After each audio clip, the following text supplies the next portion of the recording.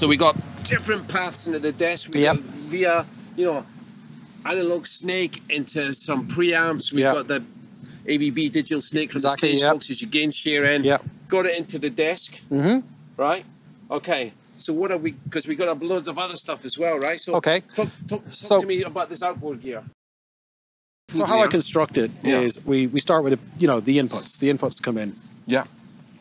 I'm a big believer in, well, faders. Faders have not been done. You know, where inputs are combined for a result. Yeah. So, I mean, a basic example is, you know, 2 kick drum mics. In and out, is it? You know, in and out, in and out even. I like to, you know, combine them, make that decision, group it together, move on. Yeah. Snare, etc., toms, overheads, bass, and on and on and on. So that creates a kind of middle layer, or what I call my automation layer. Right. Okay, which is like our, you know, the groups of the kick, snare, hi-hats, toms, etc., etc. Yeah. So generally at this layer is where some of this insertion is happening. Okay. So kick, snare, or the DBX 160s, bass tube tech, guitar tube tech. Yeah. Quite straightforward. And again, the reason I'm using these... Transient designer and the toms, a little bit on the kick and snare. Yeah. The reason I'm using these outboard pieces as opposed to plug-in pieces is simply a color choice again. Yeah. It's, you know, some of these pieces I've been using since I started mixing the band. Sure. So they work. And again, you know, it's that don't interfere if it's working ideology. You use the transient designer, just lengthen the... No, well, actually, you can see how fine it is. You know, it's just a tiny bit. I actually use it to in some stadiums to reduce the sustain of a kick drum. Because the last thing we need is more sustain. It's odd people go like trying to get that John Bonham kick drum in a fucking stadium. Okay. No. Anyway, so that's where the insertion happens at that layer. Yeah. So so where, you know, there's fader movements or fine automation or whatever, it's generally happening at this layer. So as you see, as I cycle through some tracks, you know, stuff moving around. This is where the faders are moving. The faders are moving. And then on the top layer is essentially, so what I do is I take direct outs of these and I use, and this is the only way I can make this work, but it's such a powerful tool, the trim plugin. Okay.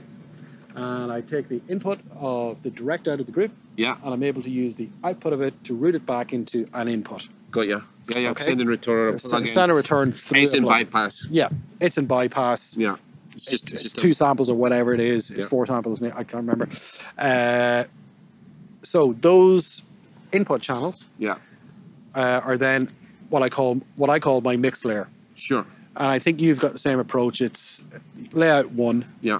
It's the stuff you need for that song. What you need for that song. Yeah. Because you've got a lot of stuff. Yeah. You just want to filter it by the stuff that you need. You need to filter things. You know, you need to get that information to where you need it. I try as much as possible to keep relatively the same things in the same place to try and retain some muscle memory. Yeah. So you know you can react pretty quickly. Vocals over here, is it? Vocals generally. Matt's vocals generally that one there. That right one there.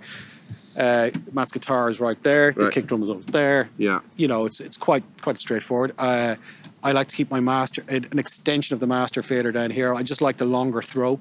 Because I spend so much time on that fader. I found up here just felt a little bit unnatural to me. It's only because I use it so much that I've just put it down here in the long throw. On my show, I generally have it on that one. Okay, there we go. I always have the vocal in that one. So that's kind of obvious fun, I guess. So I also keep a kind of basic band VCA there all the time, but it hasn't moved in a while. And yeah, so that's how that structure works. VCAs? And as you can see, song to song, so how I use VCAs is quite minimally. It relates more in the automation layer. So sometimes the VCAs will do stuff in the automation layer. Yeah. In mixing the show, not really. No. Not really. Yeah. Because that automation has already happened, or that movement has already happened. So this is free. Yeah. So there may be VCA information that's happened behind here, but you're not looking at it up here.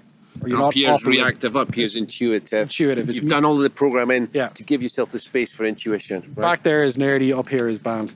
Sorry, up here is music, back here is brain, you know? Brilliant. Brilliant, brilliant. Because, you know, one of the things is if you can get, it's easy to get lost in the technicalities of a mix and forget to listen to the music and enjoy. Yeah, just look around you. Right? Enjoy it. Yeah. You know, just, I mean, there's a lot of, there's moments like the start of Hysteria where Chris is out there in the bass and you'll see he comes right down to the B stage and then he just kicks off and it's great fun to just go like whack that bass fader up and just go bah. Yeah. You know.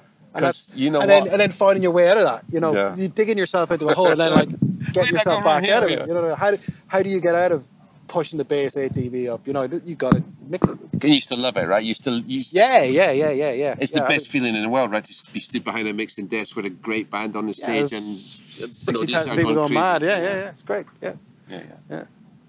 I wouldn't want to do anything else. Yeah, so that's how this. So we got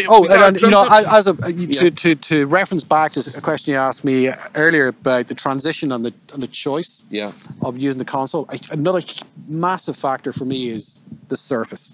Yeah. When I was making this decision, I know I'm going to have to wear it for about 4 years, 5 years minimum. Yeah. You know, whatever decision I make with an artist like Muse, where you know the tour is long, the tour cycle, and so this Surface just worked for me. Yeah. I was able to put things where I wanted to put things. I was able to get the Surface to give me the information I wanted when I wanted it. So you see there's a lot of colour action going on. Yeah, the colour action. Funnily, then you get into the show and you program the show, you don't even see the colours anymore. Yeah. The XY buttons, just fantastic. Being able to customise whatever they do. One of the early ones I did was this is when I just kind of built the structure. I go, that's the bass. And I go, why is it the bass? You know, stuff like that. Yeah. Or, you know, why are you the guitar? Because it just spill out everything to do with the guitar. But, you know, I was able to make up my own logic that why meant, well, you're why questioning, are you the bass? Why are you the guitar? Why are you the That's guitar? fantastic. You know, and, you know, that openness of being able to just like any logic you can think of, you can probably make the Surface do it. And that was just a huge factor for me. Just to make that clear, that means that you can use that button to do virtually anything you want, and what you use it to do there is to interrogate that group. Interrogate that group, spit it out.